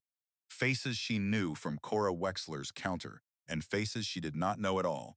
A whole county's worth of quiet interest in whether one rich man was going to be allowed to take one more thing. Voss sat at the front in a fresh town suit with Prentice beside him and Roof Court beyond the lawyer, a lean, sun-scoured man who had been scrubbed and barbered and put into a stiff collar he kept working a finger under, a man dressed up to look like an heir and looking, to Adeline's eye, exactly like a man dressed up. Commissioner Halloran took his seat behind a plain table. The head of the room, a little after 9, a spare gray man with the tired patience of someone who had ruled on 100 of these, and knew that behind every clean petition lay a mess of human wanting. He read the case into the record in a flat voice. The petition to set aside the forfeiture of the Larkin bench on the ground of an unnotified heir. And he called Prentice to make his showing first, and Prentice rose and made it smooth as glass. He laid out the empty line in the county record, no heirs of record, and called it not an emptiness but a wrong, a rightful son deprived of notice by a careless county. And he called Rufe Court to the rail and walked him through a story built to fit every hole. Court swore he was Caleb Larkin. He swore he had been born on the bench, had gone west a young man, had drifted the territory, and only lately learned his mother was dead, and his home sold out from under him for taxes. He had the story cold, every date in its place, and Adeline understood watching him that a month of a lawyer's coaching had built a thing that would hold together so long as no one who had lived the real life was there to touch it. Then Halloran gave the rail to Adeline, and she stood up in her one good dress with the document box in her hands and did the thing she and Wesley and Ashby had decided in the last hard hour, which was to lead not with the letter, but with the ground. She put her plain witnesses up one at a time, and they told only what they had seen, and the telling was the stronger for its plainness. Ambrose Kell said he had strung fence beside her and never met a straighter hand. Verna Poole said she had taught the girl to pour a candle, and that no Larkin had walked into Rowan Gap in 30 years of her keeping house at its edge. Marion Fay spoke of the orchard. Cora Wexler spoke of debts paid on the day. Ashby, called from his own office and sworn like any man, laid the certified forfeiture record before the commissioner and said in the dry voice of a man who had entered 10,000 true things into ledgers, that the empty line meant only that the county had never looked for an heir, and never looked was not the same as looked and found none. Then Adeline put her own hand on the Bible and told the commissioner how she had come to the bench with $13 and a coffee can, and how she had found the smokehouse sealed and what had been in it, and she opened the Japan box and laid on his table the thimble marked SL and, at last, the letter. She had feared the letter all summer as her ruin, and she watched Prentice's face light when it came out, because it was exactly what his case had lacked. Proof from the dead woman's own hand that a son named Caleb had lived. He rose the instant she finished reading it aloud, and he turned it against her just as she had known he would, arguing that the woman's own letter proved the very heir his client had produced, that Adeline had by her own evidence confessed there was a Larkin son with a rightful claim, and that the claim now stood embodied in the man court at the rail. For a long moment it hung there, her dearest possession turned into the knife at her own throat, and she saw Voss allow himself, for the first time all morning, the thin beginning of a smile. She let it hang. Then she said, into the quiet, that the letter did indeed prove a son and that she was glad of it, because the son the letter proved and the man at the rail were not the same, and there was one living soul in the world who could tell the commissioner which was which. She asked Halloran to hold the record open to the end of the day. She told him plainly that the true Caleb Larkin lived, that he had been found on a creek in the Big Horn Basin, that he had sworn he made no claim and wished the bench to the woman who worked it, and that his sworn word was at that hour, crossing 300 miles of early snow in the hands of a rider who had left before dawn 8 days gone. Prentice was on his feet at once, calling it a fable, a delay, a drowning woman clutching at a man who would never come, and Halloran looked at Adeline a long, grave moment, weighing the wild claim against the plain, steady witnesses she had put before him all morning. And he said he would hold the record open until 4 o'clock, and not 1 minute passed, and that if the rider had not come by then, he would rule on what was before him. The morning wore into afternoon, and the benches did not empty, and the light through the tall windows swung slow across the plank floor, and Adeline sat with her hands folded on the closed box and did the one labor she had never learned, which was to wait while a clock ate her chances a minute at a time. Voss sat easy. Court worked his finger under his collar. Ambrose Kell sat by the door where he could see the street, an old man watching the north road through a wavy pane of glass. And every hoofbeat that came up the street brought his head up, and everyone that passed set it back down. 2 o'clock. 3. The shadows in the room went long. At 3:30, Prentice began, in a low, pleased voice, to speak of the hour, and Halloran's hand moved toward the gavel, and Adeline felt the bench and the water and the whole year's work slide toward the edge of a table she could not reach across. Then Ambrose Kell was on his feet by the window, and the sound he made was not a word, and every head in the room turned. Up the main street of Fort Verdon a horse was coming at a stagger, a mouse-gray horse gone dark with sweat and white with lather at the breast, its head down and its gait broken, and low over its neck rode a man so caked in frozen mud and trail dirt that his own father knew him only by the way he sat a failing horse. Wesley Kell came off the gray at the land office steps before it had wholly stopped, and he came up the stairs on legs that would barely bear him. And he came through the door of the hearing room with the oilcloth packet held out ahead of him in both hands like a thing carried out of a fire, and the whole room came to its feet at once. He had ridden the last 2 days and a night nearly without sleep, had lost a day to a pass drifted shut, and gained it back on a track a lesser horseman would not have tried. And he had the sworn statement of Caleb Larkin sealed and witnessed before a federal officer at a town on the Big Horn. And he laid it, mud and all, on Commissioner Halloran's table with his cracked hands shaking and said, "Only, it's his. Taken under oath. Read it against anything that man has sworn." Halloran broke the seal and read it in a silence so complete the stove could be heard ticking. He read the true Caleb Larkin's plain account of a boyhood on the bench, and then he began, without a word of explanation, to ask the man Court the questions Ashby had sewn in the statement, the small keys of a real life. He asked the color and marking of Caleb's mother's thimble, and Court, who had never seen it, guessed brass and guessed wrong. He asked the name of the horse the boy had come off of in the low pasture, and Court, who had never lived it, had no answer at all, and reached for one, and found the reaching worse than silence. He asked where Elias Larkin lay buried, and Court said the churchyard at Rowan Gap, and the real statement in Halloran's hands said, in a horsebreaker's rough letters, under the tallest pine at the north end of the pines behind the house, where his mother had put him with her own two hands. Question by question, the built thing came apart, and the room watched it come apart, and Roof Court's scrubbed face went the color of tallow as he understood that a month of coaching had armed him for every question, but the ones that came out of a life actually lived.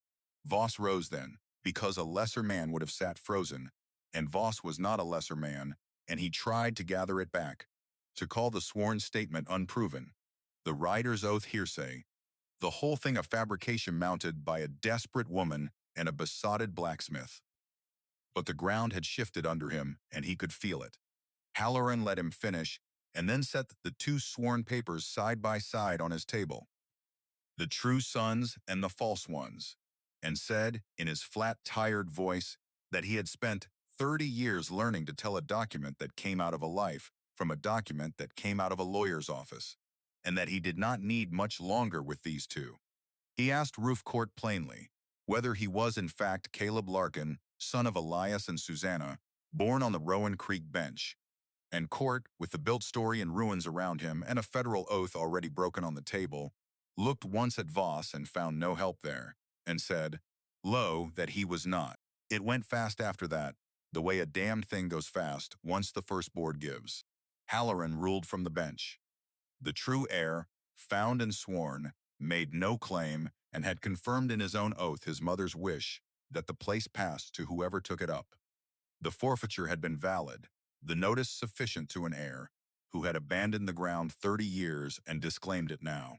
Adeline Fenwick's deed stood good and clean.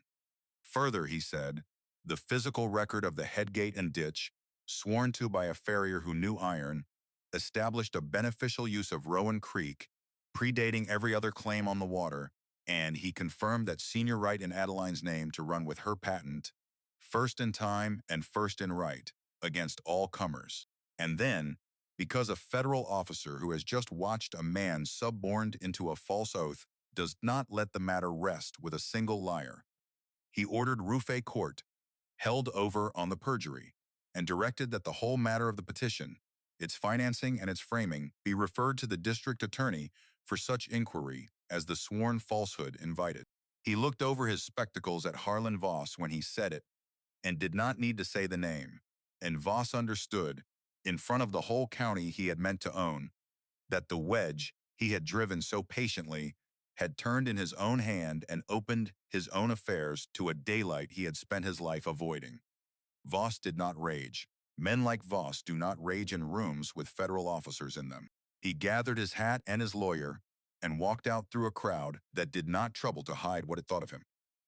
And the walking out was its own kind of verdict. Because a man who has bought a county on the belief that everyone can be worn down or waited out cannot afford to be seen losing to a woman with a spade and a dead woman's letter, and every rancher on those benches watched him go and understood that the thing they had feared was not, after all, unbeatable. He held his other ground and his other water still. The law had not stripped him, but the fear had gone out of him, and in a country like that the fear was half his power, and he left Fort Verdant a smaller man than he had ridden into it. Within the year, with the district attorney's inquiry grinding slow behind him, and the benches no longer willing to sell to him at any price. He sold out the Detweiler section and the rest and took his money to a country where his name carried no history. And Rowan Creek ran free to the people along it, and the toll he had meant to set on the water God put in the ground for all of them was never collected. Outside on the land office steps, in the thin, cold 4 o'clock light, Adeline came down to where Wesley stood swaying with one hand on the rail, and Ambrose Kell had an arm around his son and was pretending the wet on his own weathered face was the wind. Wesley looked at her out of a face gray with exhaustion and cracked at the lips from the cold. And the first thing he said, before the bench or the water or the ruling, was the thing he had carried 300 miles ahead of the paper. "I told you I'd come back round." His voice was a ruin. The wheel came home. Adeline took his cold, cracked hand in both of hers and did not trust herself to answer in words. And the county that had come 40 miles to sit in that room saw the poor girl off the Larkin bench holding the hand of the man who had ridden the snow for her and drew its own plain conclusions and was glad. They buried none of it, and they built a great deal. In the weeks that followed, with the water secured and the deed clean, Adeline did the thing the best of such stories are made of, which was to spend not on show, but on what was owed. She ordered from a mason in Fort Verdant 3 stones for the Dunmore churchyard, for Harmon and Eliza Fenwick, and the daughter's promise that had waited too long to keep, and she had them carried over and set where the scrap wood markers had stood. And she stood a long while in that small burying ground, and told her mother and father, quietly, that the plain, useful things they had taught her had turned out to be worth more in the end than the lease they had never been able to leave her. She set a 4th stone under the tallest pine on her own bench, cut with the names of Elias and Susanna Larkin, so that the woman who had left the whole place to a stranger would not lie unmarked on the ground she had loved. And she planted at its foot a slip of the apple whip from the north corner, because it seemed right that something Susanna had grafted should go on growing over her. She smoked her hams and rendered her lard and poured her candles and sold what she did not need. And the mercantile counter that had once done its arithmetic on her twice took her goods now without counting. She and Wesley were married in the plain white chapel at Rowan Gap before the first hard snow, with Ambrose Kell standing up beside his son and half the benches crowded into the pews, and Wesley moved his forge up onto the bench and set it in a shed beside the barn, so that once more the ring of a hammer on good iron carried across that ground the way it had in Elias Larkin's day, a farrier's hand and a shoer's fire come back to the place that had been built by the same.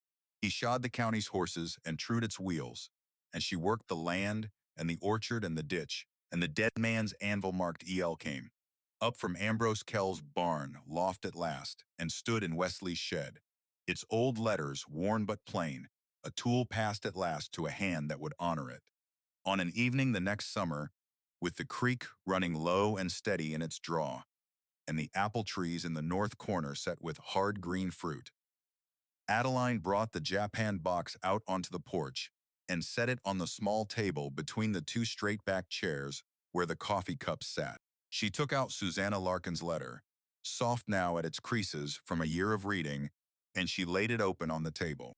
Beside it she set 2 small things out of the top drawer of the bedroom chest. The first was her mother's tortoise-shell comb, carried west from Ohio by a grandmother she had never met. The second was Susanna's pewter thimble, worn smooth, marked SL, carried west from that same Ohio in some other year, in some other trunk. She looked at the 2 of them side by side a long time in the yellow evening light, 2 small tools of 2 women who had crossed the same hard country in different years and had never met her, and had raised her all the same. And she understood, holding them, that the true inheritance had never been the $482 in the box, nor even the bench and the water she had fought a summer to keep. The true inheritance was the plain, unglamorous knowledge of how to make dry ground grow, and a spooked animal gentle and a sealed door open, handed down hand to hand by people who would never see how far it traveled. And under that knowledge, the deeper thing it carried, the settled belief a person could do honest work and be worth the ground she stood on. What you leave behind, she thought, folding the letter, is never the money. It is whether the one who comes after you knows how to keep the well clean and the water running, and the door greased against the day someone worthy finally thinks to open it. Wesley came up from the forge shed, wiping his hands, and sat down in the second chair, and they watched the light go long across the bench the way Hester Nye had taught her to watch it, without any need to fill the quiet. And Adeline thought that she had come at last all the way round to those silent coffee cup evenings of her girlhood. Only now the porch was her own, and the silence was shared, and neither of them was alone in it. If you have stayed with Adeline all this way, from the walk out of Dunmore with a coffee can and a comb to this porch above Rowan Creek with the water running free below it, take a moment now to tap the like button. And if this is the first of these stories you have found, to subscribe, so the next one comes to you when it is ready. Leave a comment and tell where you are watching from tonight.